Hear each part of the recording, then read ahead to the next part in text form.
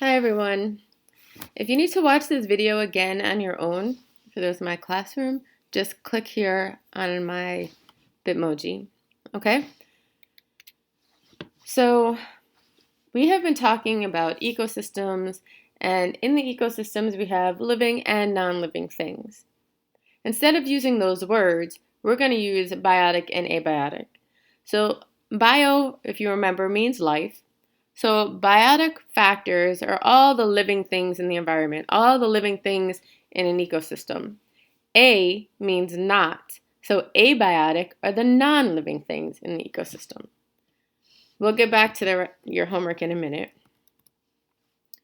So let's talk about habitat versus niche. A habitat is a place where organisms live. So I gave you examples of rotting log, a nest, a hole in the ground. A rotting log could have many organisms living in it. It could have spiders, worms, ants, mushrooms. A nest is for a bird. But a habitat doesn't have to be for just one organism. A niche or a niche is one organism's role in the environment. How that organism gets food and shelter, how it finds a mate or cares for its young.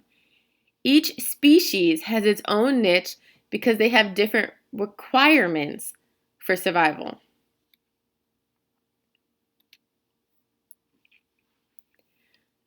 And the next thing we're going to talk about is predator versus prey. So a predator is an organism that hunts for its food. It's a carnivore that eats another consumer.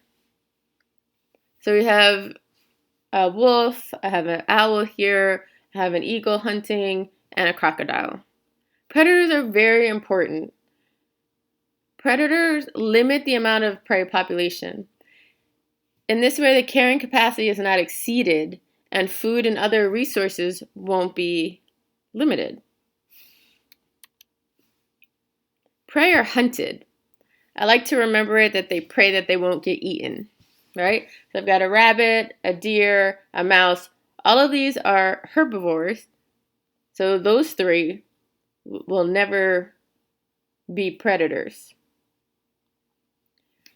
What I put here, without predators, prey would increase in numbers to the point where they would exceed the carrying capacity, and there wouldn't be enough food, there wouldn't be enough shelter or other resources for these organisms.